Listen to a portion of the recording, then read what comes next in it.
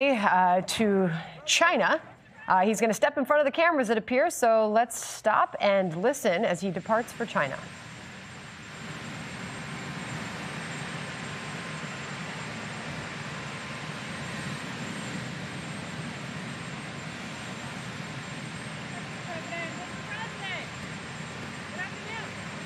Good afternoon, Mr. President. What are your expectations for your trip to China, President? What do you? At what point are you done negotiating with Iran? Well, we're going to see what happens. We're only making a good deal. We have their military's gone; it's wiped out, and we're only going to make a good deal. And we'll see what happens. But I believe that one way or the other, it's going to be very good for the American people, and I think actually very good for the Iranian people. Are you reconsidering the Pakistanis as mediators? No, they're great. What? I think they're good. Mr. I think President. the Pakistanis have been great. The Field Marshal and the Prime Minister of Pakistan have been absolutely great. Mr. President, what is your message to President Xi as it relates to the Iran war? Well, I think number one, we're going to have a long talk about it. I think he's been relatively good, to be honest with you. You look at the blockade, no problems. They get a lot of their oil from that area. We've had no problem, and he's been a friend of mine. He's been somebody that we get along with. And I think you're going to see that good things are going to happen. This is going to be a very exciting trip. A lot of good things are going to happen. Mr. President, do you think he needs to intervene at all with the Iranians? I don't do you think think he can help no. in any way? No, I don't think we need any help with Iran. We'll win it one way or the other. We'll win it peacefully or otherwise. Their Navy's gone, their Air Force is gone, every single element of their war machine is gone. They've killed a lot of people. They've killed 42,000 people at least over the last month and a half. We win. Mr. President. No matter how you cut it. Mr. President, what do you believe, Mr. Kurdi, sir? Mr. President, do you believe your visit to China will impact of international economy and price of oil? It's going to be a positive. We're going to have a very good meeting. I spoke with President Xi. We both look forward to the meeting. It's going to be great. Mr. President. Mark, Mr. President, what is going to be your red line to end the ceasefire for you? What will it take to pull the plug? Well, we're going to see, and we'll be thinking about it on the flight, and we'll be thinking about it for the next little while. But we've beaten their military very soundly. That's over with. The blockade is very effective. It's been 100% effective. And one way or the other, it's going to work out very well. It's going to work out very well. I think you're going to have so much oil, you're going to have a gusher of oil like you've never had before. So when oil goes up a little bit, I thought it would go up much more. If you go back 3-4 months ago, when we were contemplating, we assumed oil would go much higher. Yesterday it was at $99. And if you think about it, I would have taken that all day long because it's very simple. Iran cannot have a nuclear weapon. They will not have a nuclear weapon. They know that. They've agreed to that. And then that's not what they said to me when it came to pay. We don't play games. They're not going to have a nuclear weapon. Mr. President, you promised to bring inflation down. It's now at its highest level in 3 years. Are your policies not working? What's happening? Policies are working incredibly. If you go back to just before the war, for the last 3 months, inflation was at 1.7%. Now, we had a choice. Let these lunatics have a nuclear weapon. If you want to do that, then you're a stupid person, and you happen to be. I mean, I know you very well. Anybody that wants them to have a nuclear weapon is a stupid person. So we said we're going to take the greatest stock market in history, and we're going to go down a little bit, and actually that turned out to be incorrect because our stock market is now at the highest point in history, which frankly surprised a lot of people. It's a very simple message. Iran cannot have a nuclear weapon, and they won't have a nuclear weapon, and that's 100%. Their Navy is gone, their Air Force is gone, their anti-aircraft is gone, their radar is gone, their leaders are gone. They're all gone.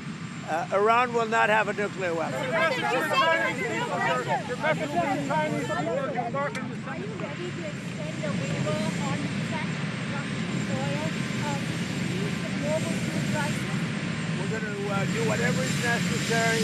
And as soon as this war is over, which will not be long, you're going to see oil prices drop, and you're going to see a stock market, which is already at the highest point in history, go through the roof. You're going to see the golden age of America, frankly, and you're seeing it now. So as soon as this is done, don't forget, you have hundreds of ships that are loaded up with oil that want to come out. As soon as they come out, we're going to have a gusher of oil, and you're going to have inflation that goes way down. Now, with all of this, inflation is much lower than it was under Biden.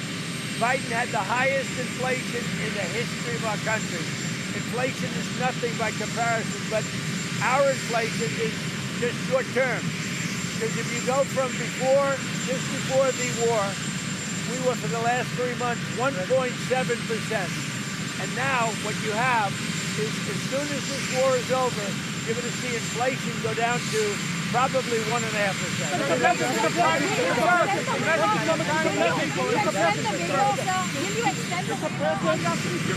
right.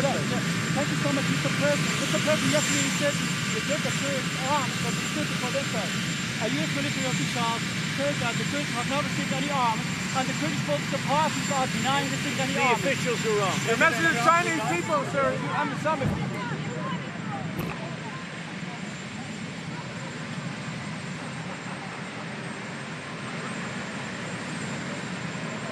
Is we have a ballroom that's under budget. It's going up right here. I've doubled the size of it because we obviously need that. And we're right now on budget, under budget, and ahead of schedule. I doubled the size of it, you dumb person. It's double the size. You are not a smart person. Right over here. Wait a minute. Right over here. And based on a lot of things that have happened over the last year, we doubled the size of the ballroom. So we're going to have a ballroom that's appropriate for the White House. We doubled the size. The ballroom now is ahead of schedule, and it's a little bit under budget, depending on the finishes that we use. Does the president of Cuba have his days numbered? Does the president of Cuba have his days numbered? Well, they're not doing well. Cuba is not doing well. It's a failed nation, and we'll be talking about Cuba at the right time. Mr. President,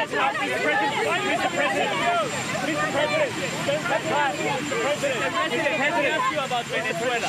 Some Venezuelans are concerned that there are some political prisoners still in their prison. Would you do something about that? Are you concerned? We're going to get them all out. And I'll tell you what, Delphi's doing a great job. The people of Venezuela are thrilled with what's happening. They can't even believe it. They're dancing in the streets. And as you know, we have Exxon, we have Chevron, we have all of the big companies going in. And Venezuela now is making more money than they've made in the last 25 years. And the political prisoners. As you know, they let a lot of the political prisoners out, and the rest will be coming. Thank you. Did you ask Marty Makary to resign, sir? Or did you fire your FBI Well, I don't want to say, commissioner? but Marty's a great guy. He's a friend of mine. He's a wonderful man, and he's going to be off. And the assistant, the deputy, is taking over temporarily until we find. Everybody wants that job. It's a very important job. Marty's a terrific guy, but he's going to go on and he's going to lead a good life. He was having some difficulties. You know, he's a great doctor, and he was having some difficulty, but he's going to go on and he's going to do well. Everybody wants that job. So the midterm elections, would you send the National Guard or ICE to voting locations in November? Would you do that? Well, you know what? I do anything necessary to make sure we have honest elections. We have to have honest elections. So you're not ruling that out?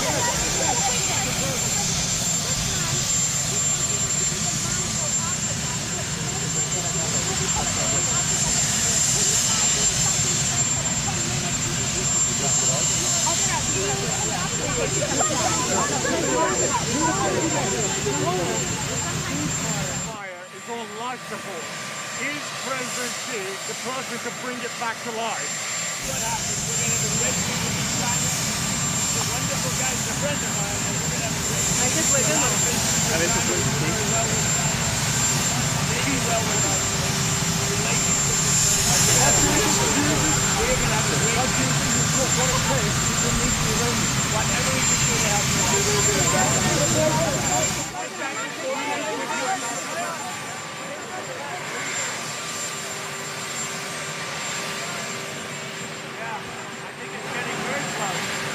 end of the war in Ukraine, I really think it's getting very close. Will China invest $1 trillion in the U.S.? Will China invest $1 trillion in the U.S.? When you're negotiating with Iran, Mr. President, what?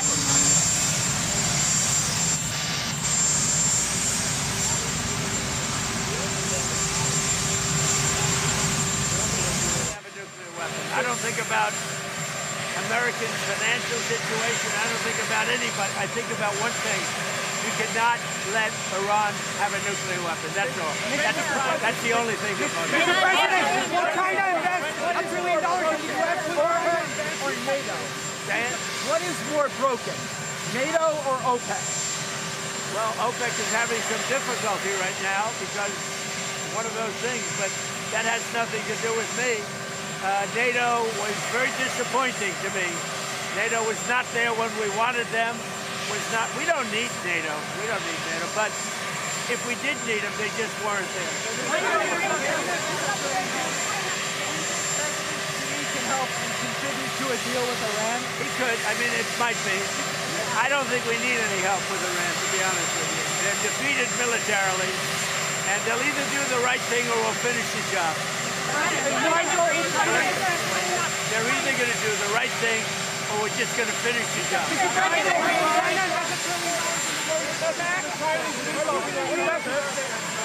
message, sir, to the Chinese people as you embark on this summit.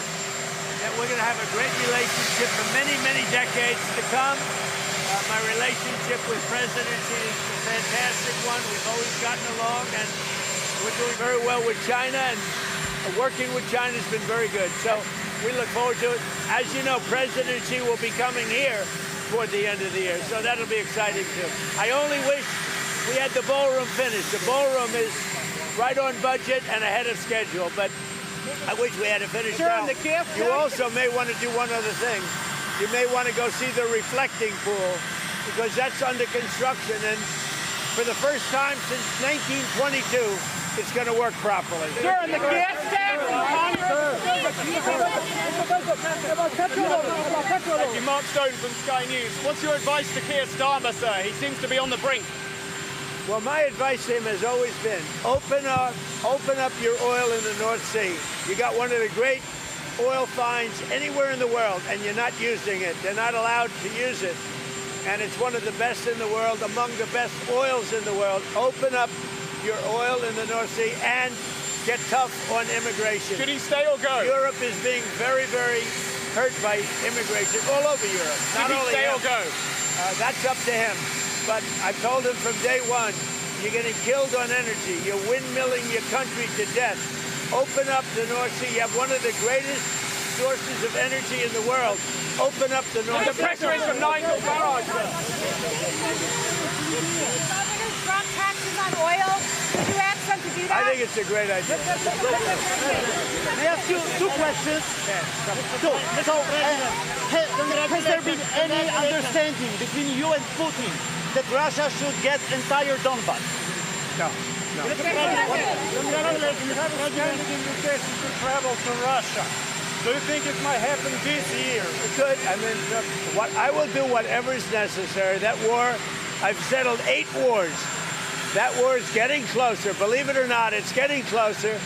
And we think we're going to end up getting a settlement between Russia and Ukraine. What is the ultimate goal of your trip to China? I think more than anything else, is we have massive relationships with China. We're the two superpowers. We're the strongest nation on earth in terms of military. China's considered second. Who knows? I mean, who knows? But we are. There's nobody even to come close. And you see that whether it's Venezuela or whether it's Iran. Iran's military is decimated. I have a great relationship with President Xi, and I think it's going to remain that way. We have a lot of things to discuss. I wouldn't say Iran is one of them, to be honest with you, because we have Iran very much under control. We're either going to make a deal or they're going to be decimated. So one way or the other, we win. But we're going to be talking with President Xi about a lot of different things. I would say more than anything else will be trade. Just to clarify, did you say earlier that the only thing that matters to you when it comes to Iran is a nuclear weapon? You're not considering the financial impact of this war on Americans? The most important thing by far, including whether our stock market, which, by the way, is at an all-time high, but including whether or not our stock market goes up or down a little bit, the most important thing by far is Iran cannot have a nuclear weapon. What about the pressure on Americans and prices right now? Every American understands. About Americans, how they're feeling about every what American. Are you listening to me? Every American understands, and they just had a poll, like 85%, which is surprising. It's only that. They understand that Iran cannot have a nuclear weapon. If Iran has a nuclear weapon, the whole world would be in trouble because they happen to be crazy. They're not going to have a nuclear weapon. Now, if the stock market goes up or down a little bit, the American people understand it. When it's over, you're going to have a massive drop in the price of oil, which a lot of people thought would be higher. And I mean, it was $99 yesterday, which is low, which is relatively low. When this war is over, oil is going to drop, the stock market's going to go through the roof, and truly, I think we're in the golden age right now. You're going to see a golden age like we've never seen before. The minute it's announced, and I'll be the one to announce it because I'm the one that makes that decision, I could leave right now, and it would take them 25 years to rebuild their country. But I don't want to do that. I want to have it complete and total. So you ready? As soon as this war is over, you're going to see numbers like you've never seen. Stop how much you value loyalty. I know how much you value loyalty. Are you comfortable with people serving in the military if they personally oppose the Iran war or you? It doesn't mean I'm happy about it, but I live with a lot of different. Question on redistricting. So voters who are confused about the changing maps, the changing dates, and to African Americans concerned that this is going to draw black members of Congress off the map, what do you say? Well, I think it's been a wonderful process.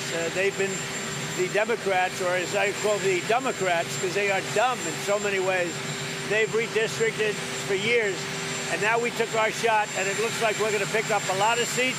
And that's a good thing. That's a good thing. We want voters to have their choice. We want fair voting. We want fair elections. The Democrats have been cheating on elections for many years, and all we're doing is winning. Thank you. Excuse me, sir.